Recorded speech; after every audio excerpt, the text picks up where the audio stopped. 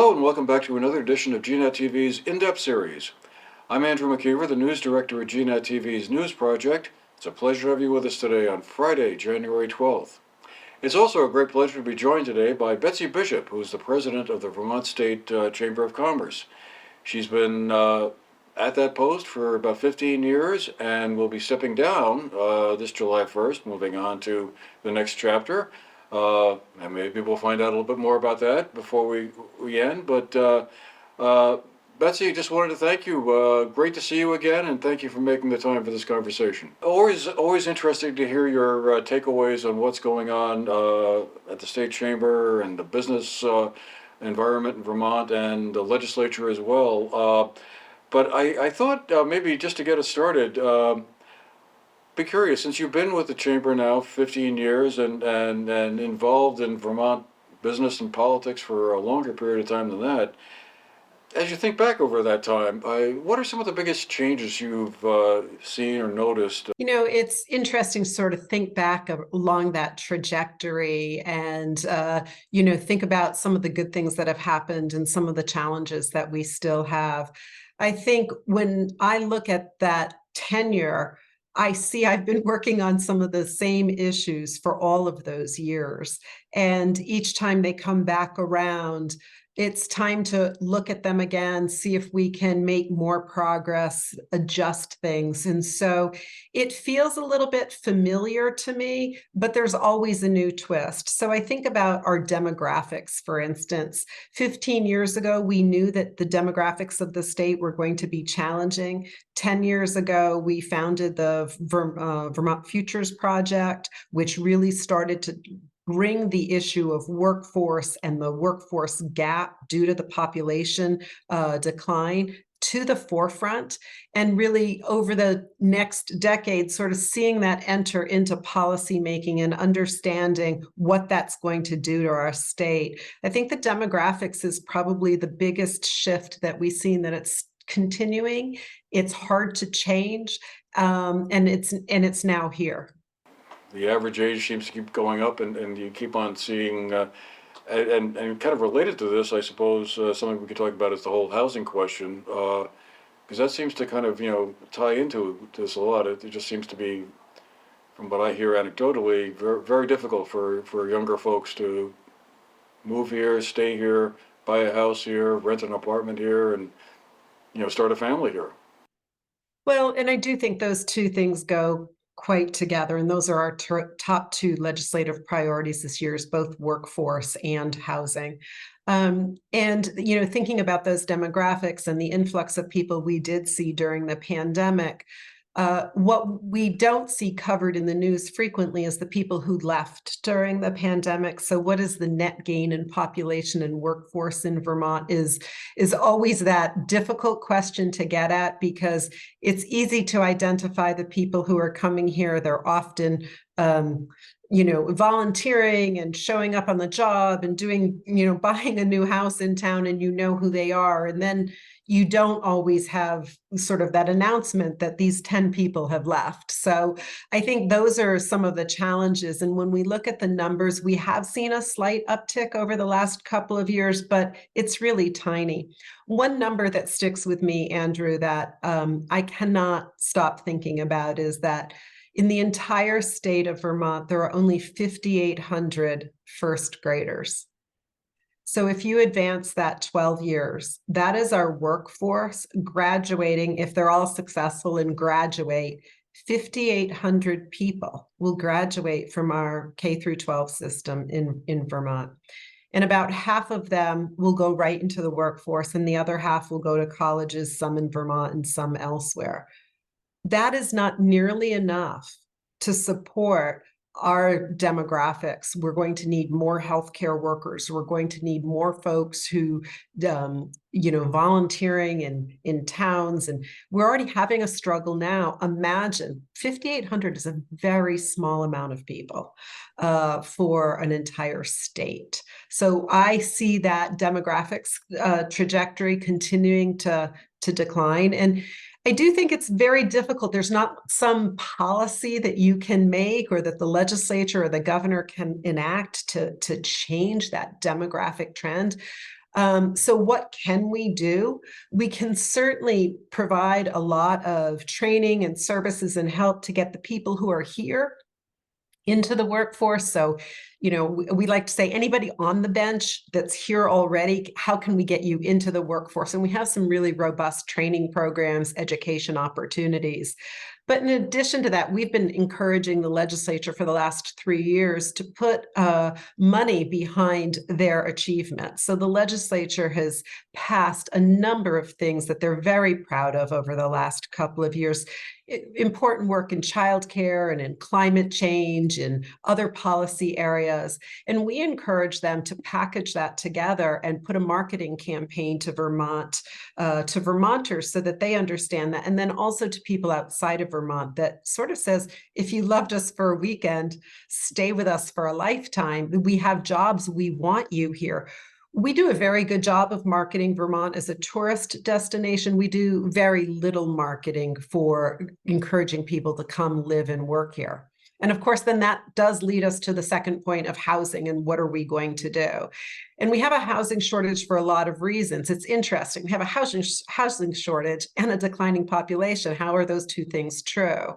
Those two things are true because people live alone more often, both at the older end of the spectrum of age, but also in the younger perspective. Those folks want to live alone. They're not living 2 to 3 to an apartment anymore like they used to in your 20s when you were first starting out. You want your own place.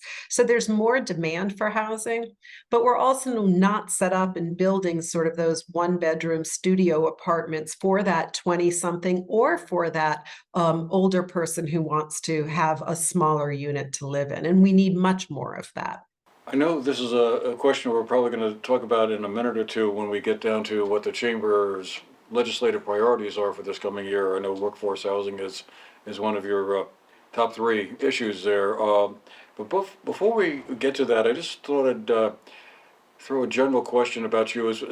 Given all of that, do you feel hopeful about the state's economy going down the road? I mean, those are some pretty serious challenges between the demographics and the housing by itself, and then you throw in other things like climate change and oh, I don't know. I'm sure we come up with 5 or 6 other Public safety. concerns. Yeah.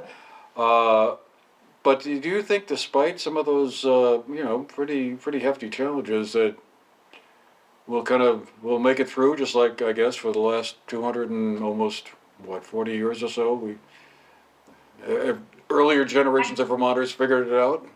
I do. I think, we have an indomitable spirit, and I think we want to persevere. And among all of those challenges, I am still buoyed every day by entrepreneurial minds that I meet who are in business, who've got the next great idea.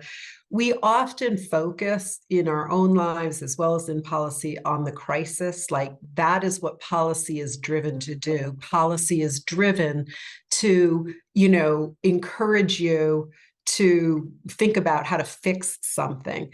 But there's many things in Vermont that don't need fixing because they're already at that. I think about some of the new technologies that we've seen, some of the areas that are, research and development areas that are spinning out of our University of Vermont. I think about, beta technologies coming out with some really amazing electrifying aviation. Being born here in Vermont, those types of businesses and growing here is pretty exciting. And we see that a lot being told, like storytelling in those consumer product places, things that you as a consumer can purchase so that you're aware of, a lot of food products, a lot of personal care products, those types of things. What we often don't see talked about is the types of sort of manufactured things that we make here in Vermont that go into sort of a larger supply chain. Those are also super important. They're often anchor employers in communities, and they're good jobs with good pay and career trajectory. So what I'm hopeful about is that the Vermont business community and the Vermont people, it's a diversity of the economy, and I think that is what will power us through. All right. Well, on that note, then let's dive into some of the legislative priorities the chamber has identified for this coming or well, we're now into the legislative session. Uh, you had the top of the list. You mentioned workforce housing. At least that was one of the announcements that came from the chamber office a week or two ago, and and you're looking to meet the need for 80,000 new housing units by 2035. And one of the things that needs to happen to make those 80,000 new units come online would be to modernize Act 250. That's been a subject of conversation at the legislature for several years now, and I guess I just wondered how should Act 250 be modernized or revised to make it more appropriate for today's environment, and particularly in the area of building new housing? You know, we spent the summer working on 4 different summer study committees to get at this question. And it's gotten to a crisis, a fever pitch, where everybody agrees we need more housing. And all of the attention is how we take hundreds of millions of dollars and put it into housing the homeless or helping with affordable housing. And those things are definitely needed. But those are 2 housing buckets of what I would say 3.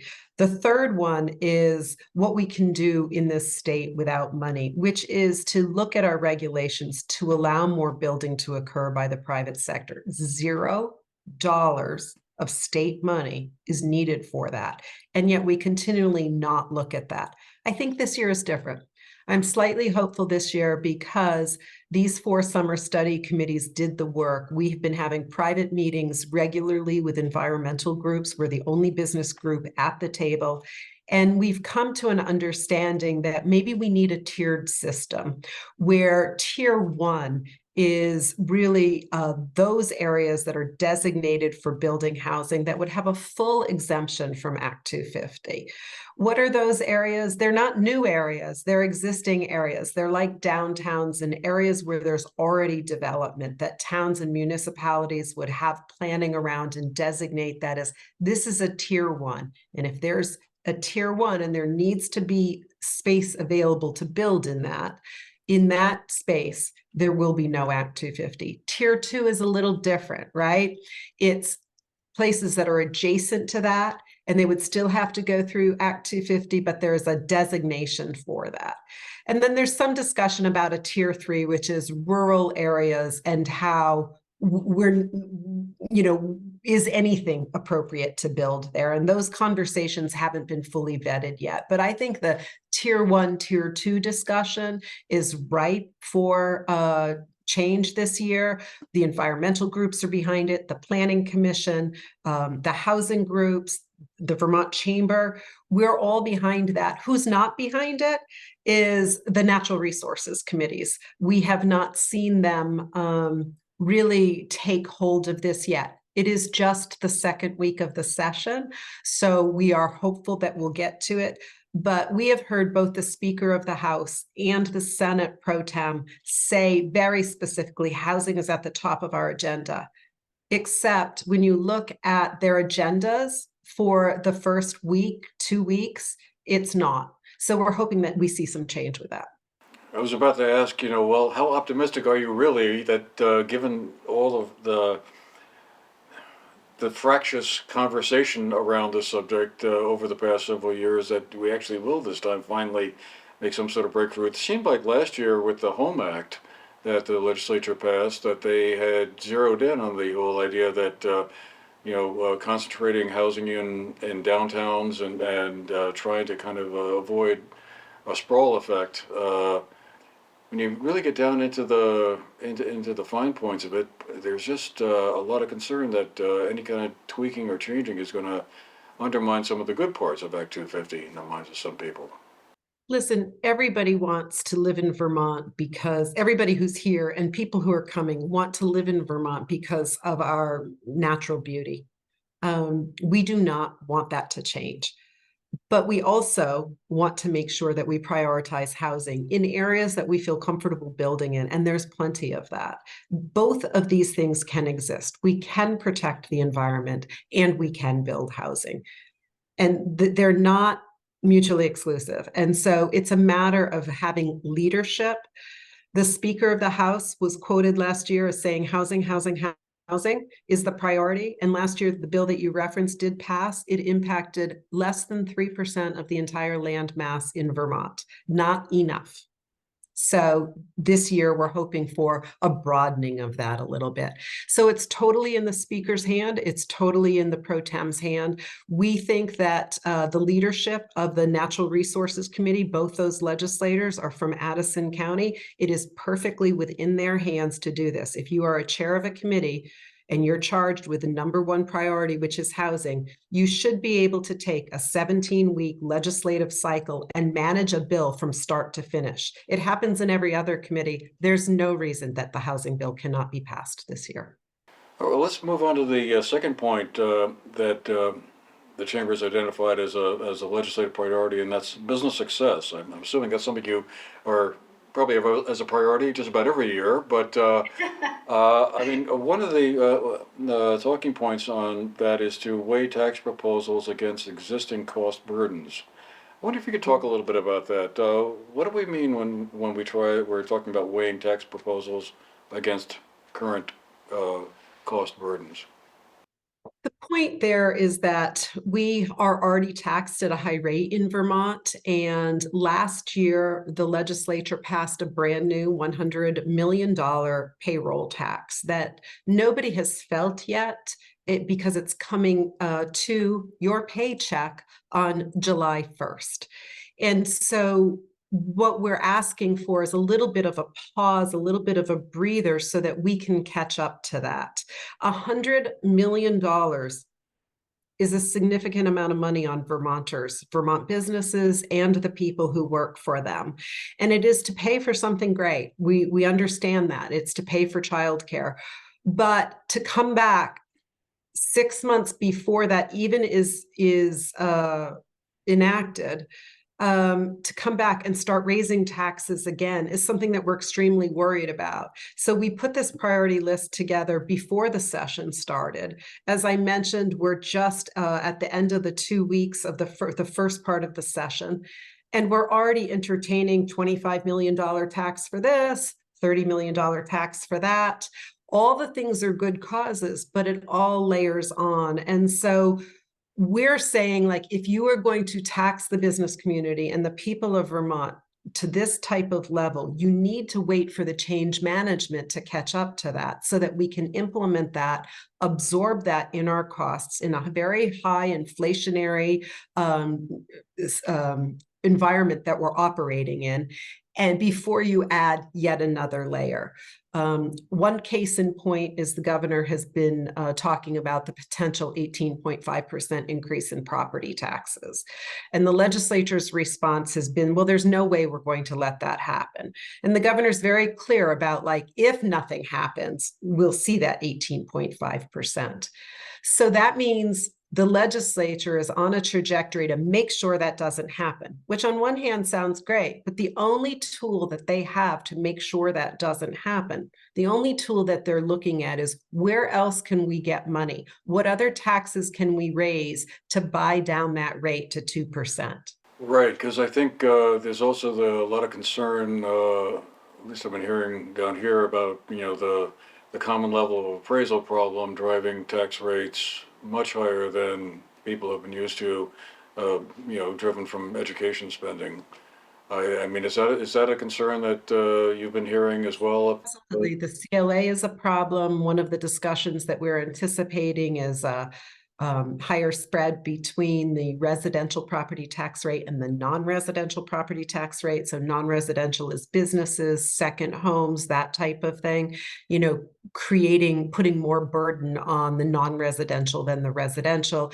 There's a lot of tools and levers that they could use to bring down that 18.5% increase. But each time they do that, it does impact something else. Whereas I just mentioned that there's only 5,800 first graders in the state of Vermont, no one is looking at what are we building schools for that future. There's a price tag out there that is a $6.3 billion with a B need for infrastructure for our school systems across the state. So on one hand, there's this need for 6.3 billion, and I don't doubt that number. But then you have to look at what are you building for if your future only needs 5,800 school kids? What, in the first grade currently. So those conversations need to happen simultaneously as what should we tax? Finally, you have recovery and resilience on the top three list here, and obviously the flooding that we saw in some communities past July and then more recently this in December certainly drove that point home that there are a lot of communities that will need to be investing in floodplain management and sort of building resilience into protecting themselves from future flooding should the climate continue to be a less than predictable thing. What does the chamber? What would the chamber like to see the legislature do in terms of that resilience building? Because again, we've got to find the money for this from somewhere, and there are already a lot of other places they could spend the money on. Well, there's always other places to spend the money on, and there's rarely a frivolous spending proposal. We are suggesting that the legislature prioritize our Main Street businesses and replenish the Business Recovery Fund to continue to help those areas that were devastated in the July timeframe. That was throughout the state in various communities. And I think, a lot of people in the legislature see that most acutely in Montpelier, but it happened in a lot of different places. And so we are asking that they prioritize our downtowns by replenishing that fund as part of their priorities. They have to put together a big budget with lots of priorities. So that's number one. Number two, we'd like to see sort of a program instituted that is a rapid response disaster planning program that you can take off the shelf, so that each time we're hit with one of these events, we're not like, oh my goodness, what did we do last time? Okay, we established a fund and we should call somebody to do that. Like, it happens, and it happens as quickly as it can, but it's never quick enough. So our recommendation is to create a program that is refreshed every year and put some base level of funding in it so that it's ready to go when the next event happens. Because the legislature has fully endorsed that we are in the middle of climate change. These events are climate change related. They've acknowledged in many ways in goals and in policy that we need to create action to do our part to reduce climate change. And we suggest that they also do the planning and the funding for that. So that can be a true rapid response. And even though an 8-week response is quite amazing when it comes to government, it's not quick enough for those businesses that are suffering immediately. Just was wondering, what is the chamber's stance on the clean heat standard legislation that was passed and the Global Warming Solutions Act? I mean, I know within the business community, it seems like that generated a certain amount of controversy about, hey, this isn't the right way to go. Do you feel like that legislation puts us on the right pathway towards addressing the state's climate issues and as well as making our fair share contribution to the larger picture? We think that the cost of that is of concern for sure. I think if you look at what Vermont is doing and how we're really redoubling our efforts to make change to reach our climate goals in our renewable energy portfolio, in how we're swapping out residents who are using oil, trying to get them off of that, as we're providing incentives for our transportation system. We are doing a lot in Vermont, and that is super important, but we're not alone. Taxing Vermonters to even higher level is, we're not sure that that's the right path. And so I think there are some concerns there about how that gets enacted. And so we are watching that. Okay. Well, in the few minutes we have left, I just had two quick questions. One of them, I just wanted to ask about the Vermont Futures Project. That's one of the organizations that you helped launch a few years back, and I just wondered if you could give us a bit of an update on some of its activities and what's going on with it. The Futures Project is working on an economic action plan for the state, and has been working with the Agency of Commerce and traveling around the state, talking to all Vermonters about what is needed. The two draft goals that are being talked about most is our population goal and our housing goal. The housing goal, you mentioned at the top that we need to build 80,000 more houses by 2035. Just to give you an idea, we have about 350,000 housing units now. I'm sorry, that's our target, and we have about 270,000 now. So that's where that 80,000 number comes from. And then simultaneously, we're looking to set a goal for 802,000 people in Vermont, which is up from 650,000 over that same time frame. Our feeling is that the legislature should adopt these two goals as aspirational goals, because just like climate change, as we were talking about, oftentimes the goal is put into statute, and then every action thereafter has to try to reach that goal. And without a housing goal, then we don't really have a path forward. So we would really like to see that. Those things are really stretch goals, right? They're an incredible numbers in both, but we have to have a goal to work toward. Because, as it is, when 350 houses get built in Chittenden County, there's a whole lot of hubbub on one side, people going, isn't that great? And other people going, oh my God, that seems too much. I'm looking at that going, that's 350. We need 80,000. We got to get going. That's nothing. And so we have to really look at that. So the Futures Project has started that conversation and really sort of been the clarion pitch for needing more people in Vermont, and traveling around Vermont and openly talking about that so that Vermonters can feel comfortable with that number. We're breaking that down by region, so that people can understand what that means in their region, both in the housing and the population goal. We expect that the final economic action plan for the state will be out this summer. Okay, well, we'll certainly look for that. And then finally, in the 30 seconds or so that we have left, what's going to be the next chapter for you after you? It's hard for me to imagine the chamber without you as the president. So I'm still trying to wrap my head around that thought. But what's going to be? Where Well, are you going to be going off to? Um, I'm really looking forward to retiring from this position. I have not only worked as the leader of this organization for the last 15 years, but this year is my 30th year in the State House. So I really feel like I've been able to serve Vermonters, advancing the Vermont economy for 30 years in a variety of different roles. And while never elected, I feel good about my tenure and my service to Vermont. And I'm really looking forward to sort of a different chapter. I intend to do fractional CEO work where I help CEOs with projects. I don't know about you, but I have a big idea list that if I just had time to get to would make the Vermont Chamber even more amazing. But sometimes I just don't have the capacity for that. So I'm interested in doing project work, but maybe graduating from full-time work. I have a list like that too. I think everybody does. And so I look forward to being able to do that. Great, great. Well, congratulations are certainly in order. Like I said, Betsy, you've done an amazing job at the chamber over the past 15 years and longer, and you leave gigantic shoes to fill. So Thank you. I'm sure the next person who comes along to occupy your office is well, got a big challenge, but I'm sure it'll all work out.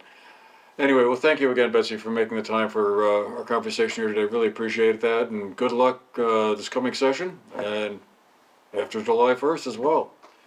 All Thank right. you so much. We'll see you soon. And thanks to all of you who have been watching as well. Hope you found the show interesting. We'll see you again the next time. Take care.